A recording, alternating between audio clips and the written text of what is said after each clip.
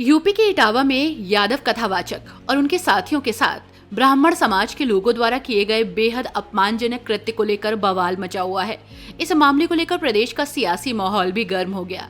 बीते दिन सपा मुखिया अखिलेश यादव ने पहले एक्स पर पोस्ट कर योगी सरकार को चेतावनी दी कि कार्रवाई करें वरना आंदोलन होगा। इसके बाद सपा प्रमुख ने पीड़ित कथावाचक और उनकी मंडली को सपा दफ्तर में बुलाकर प्रेस कॉन्फ्रेंस की, जहां पहले उन्होंने कथा सुनी और फिर कथावाचक और उनकी मंडली को सम्मानित किया और उनकी आर्थिक सहायता भी की। वहीं उन्होंने भाजपा पर गंभीर आरोप लगाते हुए हमला बोला है, जिसके बाद तो भाजपा बौखला गई और 35 साल पुरानी घटना को याद दिलाते हुए अखिलेश यादव को घेरने लगी। भाजपा की तरफ से इस मामले को लेकर डिप्टी सीएम केशव प्रसाद मौर्य सीधे सीधे अखिलेश यादव से भिड़ गए। पहले आपको हम सुनाते हैं सपा प्रमुख का वो बयान जिसमें उन्होंने भाजपा को जमकर लताड़ा है। इस सरकार में बैठे लोग लगातार अन्याय करा रहे हैं। वो प्रभुत्ववादी लोग, वर्चस्ववादी लोग, प्रभुत्ववादी लोग लगातार पीडीए परिवार के लोगों को डरा रहे हैं, धमका रहे हैं, अपमानित कर रहे हैं। सोचने का सवाल यह है, भागवत कथा सबके लिए है। भागवत कथा सबके लिए है। जब सब सुन सकते हैं तो सब बोल क्यों नहीं सकते? भागवत कथा सबके लिए है, सब सुन सकते हैं तो सब बोल क्यों नहीं सकते हैं? भागवत कथा भगवान कृष्ण से जुड़ी है। अगर सच्चे कृष्ण भक्तों को ही भगवत कथा कहने से रोका जाएगा, भागवत कथा तो भगवान कृष्ण से जुड़ी है। अगर सच्चे कृष्ण भक्तों को ही भागवत कथा कहने से रोका जाएगा तो कोई ये अपमान क्यों सहेगा?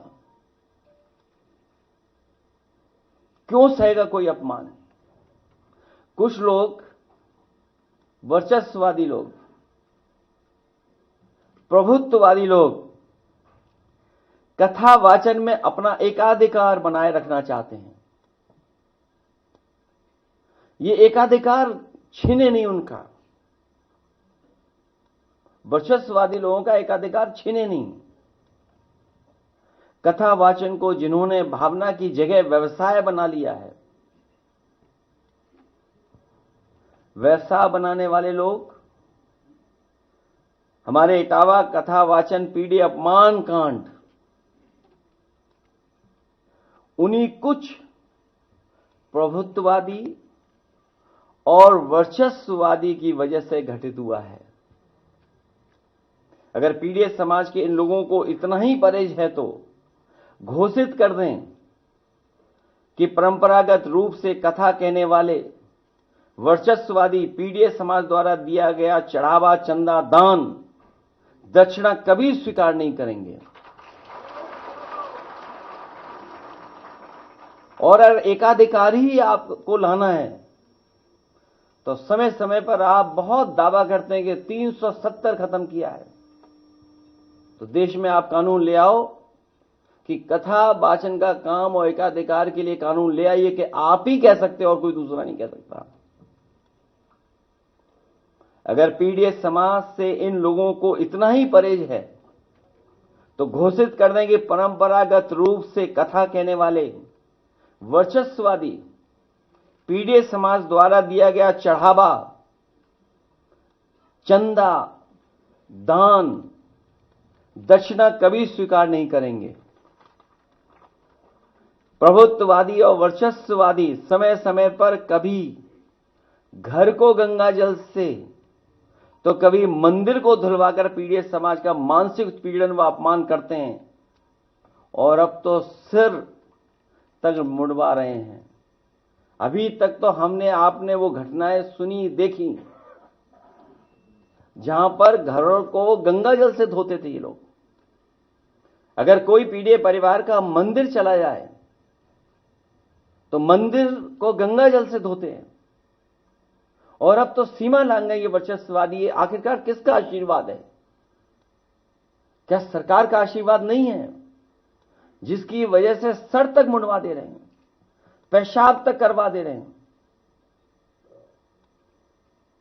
और रात भर पीटने के साथ साथ उनकी ढोलक छीन लेना, हारमोनियम छीन लेना, दबाव बनाकर के कितने पैसे देना था कथावाचक के लिए, उसमें जो खर्चा हुआ वो खर्चा नहीं दोगे तो रात भर पिटोगे, अगर पैसा दे दोगे तो बचोगे। आखिरकार ये वर्चस्ववादी और प्रभुत्ववादी लोग इतनी ताकत कहां से पा रहे हैं? सच तो यह है कि जैसे जैसे पीडीएस समाज में चेतना और जागरूकता बढ़ती जा रही है, वैसे वैसे पीडीएस समाज पर मनोवैज्ञानिक दबाव बनाने के लिए वर्चस्ववादी के पीडीएस समाज पर अत्याचार बढ़ते जा रहे हैं।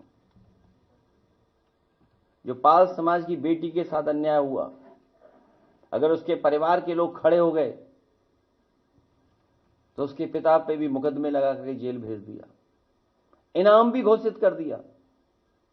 हमारी पार्टी के अध्यक्ष उस परिवार से मिलकर के उस परिवार को न्याय दिलाने के लिए, उस परिवार की मदद के लिए जा रहे थे तो पुलिस लगाकर रोक दिया।